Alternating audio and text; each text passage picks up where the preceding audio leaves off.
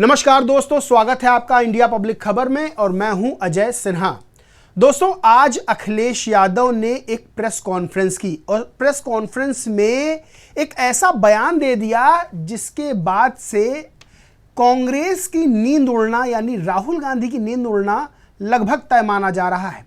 देखिए, हरियाणा और जम्मू कश्मीर में चुनाव है विधानसभा के और समाजवादी पार्टी इस वक्त लगभग हर राज्य में चुनाव लड़ना चाहती है जहां जहां चुनाव हैं। क्यों लड़ना चाहती है? क्योंकि समाजवादी पार्टी का जो परफॉर्मेंस रहा है 2024 के लोकसभा चुनाव में वो बेहतरीन रहा है।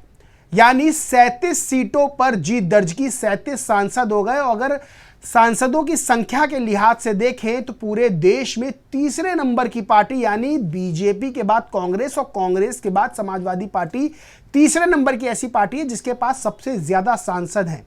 और वो सांसद 37 सांसद उत्तर प्रदेश राज्य से ही हैं। अब समाजवादी पार्टी का जो अगला लक्ष्य है, अखिलेश यादव का जो अगला लक्ष्य है वो है कि समाजवादी पार्टी को राष्ट्रीय पार्टी का दर्जा दिलाना। और आज प्रेस कॉन्फ्रेंस में अखिलेश यादव ने इसी को लेकर एक बड़ा बयान दिया। अखिलेश यादव ने क्या कहा वो मैं आपको बताता हूं। तो अखिलेश यादव ने कहा कि पार्टी जम्मू कश्मीर में चुनाव लड़ रही है क्योंकि अनुच्छेद 370 के निरस्त होने के बाद पहली बार जम्मू कश्मीर में चुनाव हो रहा है। सपा इसलिए भी चुनाव लड़ रही है क्योंकि राष्ट्रीय पार्टी बनाने के लिए मानक देखेंगे तो छोटे राज्य में जल्दी बन सकती है। पार्टी के लोग बुलाएंगे तो वो जम्मू कश्मीर जाएंगे। दोस्तों, जम्मू कश्मीर में कांग्रेस नेशनल कॉन्फ्रेंस के साथ गठबंधन करके लड़ रही है। हरियाणा में कांग्रेस आम आदमी पार्टी के साथ चाह रही थी गठबंधन करना, लेकिन गठबंधन नहीं हो पाया। हरियाणा में समाजवादी पार्टी चाहती थी चुनाव लड़ना गठबंधन के साथ, लेकिन कांग्रेस ने उसको उसके मन मुताबिक सीटें नहीं दी। बीच में खबर आई कि समाजवादी पार्टी अब अकेले प्रत्याशी उतारेगी, लेकिन अखिलेश यादव ने बड़ा दिल दिखाया और अखिलेश यादव ने कहा कि भाई इंडिया गठबंधन जीते इसलिए सीटों की कोई बात नहीं है। लेकिन हरियाणा में हुआ क्या कि हरियाणा में 90 विधानसभा सीटें हैं और 89 यानी एक कम 90 विधानसभा सीटों पर जो है कांग्रेस ने प्रत्याशी उतार दिए हैं। यानी समाजवादी पार्टी के लिए वहां स्कोप खत्म हो गया है। अब जम्मू कश्मीर की अगर बात करें तो जम्मू कश्मीर में भी कांग्रेस ने समाजवादी पार्टी को साथ में ना लाकर नेशनल कॉन्फ्रेंस जो कि वहां का राजनीतिक दल है उसके साथ गठबंधन कर लिया। अब पिछले दिनों समाजवादी पार्टी ने जम्मू कश्मीर में अपने प्रदेश अध्यक्ष को वहां बनाया और अब समाजवादी पार्टी के मुखिया अखिलेश यादव ने कहा है कि जम्मू कश्मीर में चुनाव लड़ेंगे क्योंकि समाजवादी पार्टी को राष्ट्रीय स्तर का दर्जा दिलवाना है। देखिए, उत्तर प्रदेश में जब लोकसभा चुनाव हो रहे थे 2024 में यानी हाल में जो बीते हैं, उसमें कांग्रेस ने भी एक बड़ी जीत दर्ज की। यानी कांग्रेस जो उत्तर प्रदेश में कई दशकों से अपनी जमीन खो चुकी थी, समाजवादी पार्टी के साथ मिलकर यानी इंडिया गठबंधन में चुनाव लड़ा कांग्रेस और समाजवादी पार्टी ने, दोनों को फायदा हुआ। कांग्रेस को भी ठीक ठाक सीटें मिल गई, समाजवादी पार्टी को तो 37 सीटें मिल गई।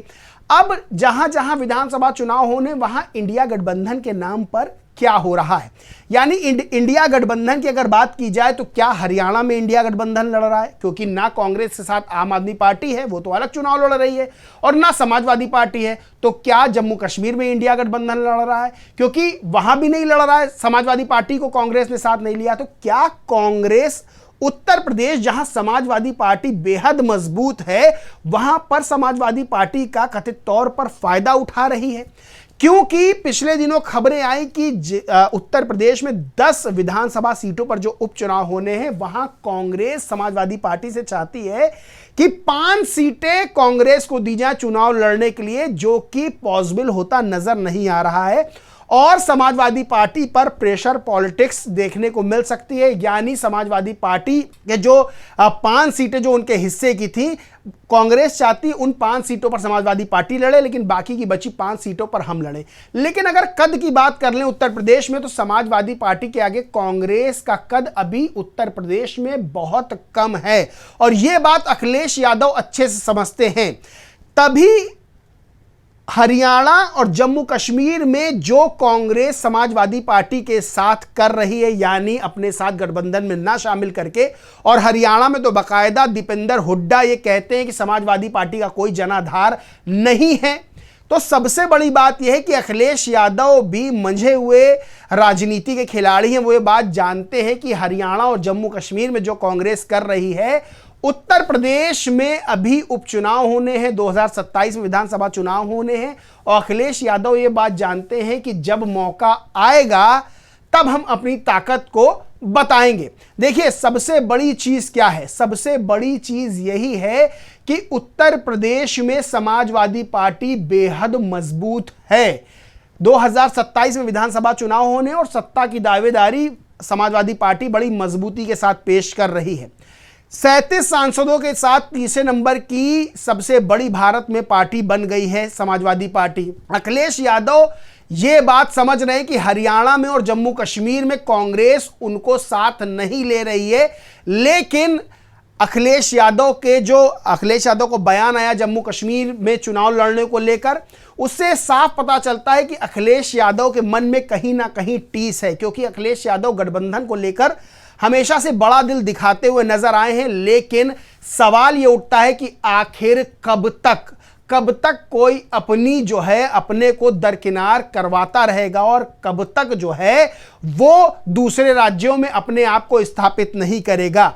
सीधे तौर पर जम्मू कश्मीर में समाजवादी पार्टी का चुनाव लड़ना यह बताता है कि समाजवादी पार्टी भी अब गठबंधन से आगे बढ़ रही है। सीधे तौर पर यह बताता है कि इंडिया गठबंधन अब बड़ी टूट की ओर कथित तौर पर जाता हुआ दिखाई दे रहा है, क्योंकि हरियाणा में जो इंडिया गठबंधन के दल हैं, चाहे वो आम आदमी पार्टी हो चाहे वो कांग्रेस हो, दोनों का अलग अलग लड़ना, जम्मू कश्मीर में कांग्रेस का समाजवादी पार्टी को साथ ना लेना, यह बताता है कि कांग्रेस अपनी जमीन मजबूत कर रही है। लेकिन जो क्षेत्रीय दल हैं, चाहे वो समाजवादी पार्टी हो चाहे कोई और, वो अभी भी आस लगाए हुए हैं कि भाई कांग्रेस को हमको साथ में लेकर चुनाव लड़ना चाहिए था। बहरहाल उत्तर प्रदेश की राजनीति में समाजवादी पार्टी बड़ी खिलाड़ी, और समाजवादी पार्टी के राष्ट्रीय अध्यक्ष अखिलेश यादव मंझे हुए राजनीति के खिलाड़ी हैं। वो ये बात समझ रहे हैं कि उत्तर प्रदेश में आने वाले समय में अखिलेश यादव अपनी ताकत का एहसास बीजेपी को तो कराने को तैयार ही हैं, साथ में कांग्रेस को भी करवा सकते हैं, क्योंकि कांग्रेस जिस तरह से 5 सीटें मांग रही है, जो खबरें निकलकर सामने आ रही हैं, उससे साफ है कि समाजवादी पार्टी 5 सीटों पर यानी 50-50 या 50-40 के फार्मूले पर कभी राजी नहीं होगी। यह भी बात निकल के आई थी कि अखिलेश यादव 2 सीटें, 10 में 2 विधानसभा सीटें जो है वो कांग्रेस को दे सकते हैं। बहरहाल सबसे बड़ी बात यह है कि समाजवादी पार्टी जो है, अखिलेश यादव जो है वो समाजवादी पार्टी को राष्ट्रीय पार्टी का दर्जा दिलाना चाहते हैं। अब राष्ट्रीय पार्टी का दर्जा कैसे मिलता है वो भी मैं आपको बता देता हूं, जिससे क्लियर हो जाएगा कि एक राष्ट्रीय पार्टी का दर्जा हासिल करने के लिए क्या नियम है और क्या चीजें होनी चाहिए। तो केंद्रीय चुनाव आयोग का नियम 1968 है, उसका पालन करना होगा, जिसमें किसी पार्टी को राष्ट्रीय दल का दर्जा हासिल करने के लिए 4 या उससे ज्यादा राज्यों में लोकसभा चुनाव या विधानसभा चुनाव लड़ना होता है। इसके साथ ही इन चुनावों में उस पार्टी को कम से कम 6% वोट हासिल करने होते हैं।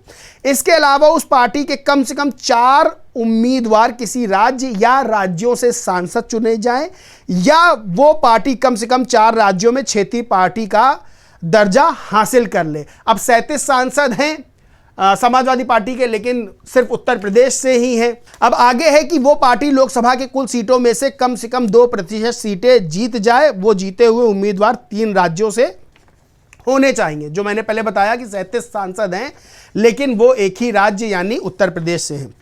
अब इससे क्या होता है, देखिए, राष्ट्रीय पार्टी को पूरे देश में एक चुनाव चिन्ह पर लड़ने का मौका मिलता है। वो चुनाव चिन्ह फिर किसी दूसरे दल को अलॉट नहीं किया जाता है।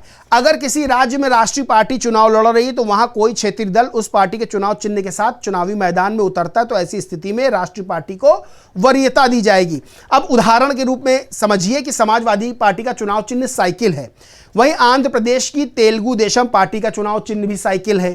ऐसे में अगर दोनों राज्यों को राष्ट्रीय पार्टी का दर्जा मिलता है तो उस पार्टी को वरीयता मिलेगी जिसे पहले राष्ट्रीय पार्टी का दर्जा मिला था। तो अखिलेश यादव उत्तर प्रदेश से बाहर जाकर भी अपनी राजनीति करना चाहते हैं, राष्ट्रीय पार्टी का दर्जा समाजवादी पार्टी को दिलाना चाहते हैं और इसलिए वो चुनाव लड़ रहे थे। लेकिन जिस तरह से कांग्रेस का जो रवैया रहा है, यानी हरियाणा में समाजवादी पार्टी के लिए उन्होंने 2-4 सीटें जो छोड़नी थी वो भी नहीं छोड़ी, एक कम 90 सीटों पर अपने प्रत्याशी घोषित कर दिए। वहीं जम्मू कश्मीर में नेशनल कॉन्फ्रेंस के साथ समझौता कर लिया, गठबंधन कर लिया, लेकिन समाजवादी पार्टी को अकेला छोड़ दिया। और अखिलेश यादव का यानी समाजवादी पार्टी का जम्मू कश्मीर में चुनाव लड़ना, विधानसभा चुनाव लड़ना, यह साफ तौर पर बताता है कि अखिलेश यादव हरियाणा तक मौका दे रहे थे, लेकिन जम्मू कश्मीर में वो चुनाव लड़कर यानी समाजवादी पार्टी चुनाव लड़कर ये बता रही है कांग्रेस को कि अकेले अकेले अगर वो चुनाव लड़ रहे हैं तो आने वाले समय में उत्तर प्रदेश में समाजवादी पार्टी अपनी ताकत दिखाने को तैयार है और कांग्रेस को उत्तर प्रदेश में, या यूं कहें कि इंडिया गठबंधन को उत्तर प्रदेश में तगड़ा झटका मिल सकता है आने वाले समय में, चाहे वो उपचुनाव की बात कर लें, चाहे वो 2027 के विधानसभा चुनाव की बात कर लें, क्योंकि अखिलेश यादव का बयान बहुत कुछ संकेत दे रहा है और खास तौर से कांग्रेस और राहुल गांधी के लिए। दोस्तों, इस पूरे मामले पर आप क्या सोचते, क्या मानते, कमेंट करके जरूर बताएं। वीडियो अच्छा लगा हो तो लाइक करें, शेयर करें और चैनल को सब्सक्राइब नहीं किया है तो सब्सक्राइब करके बेल आइकन जरूर दबा लें। जय हिंद।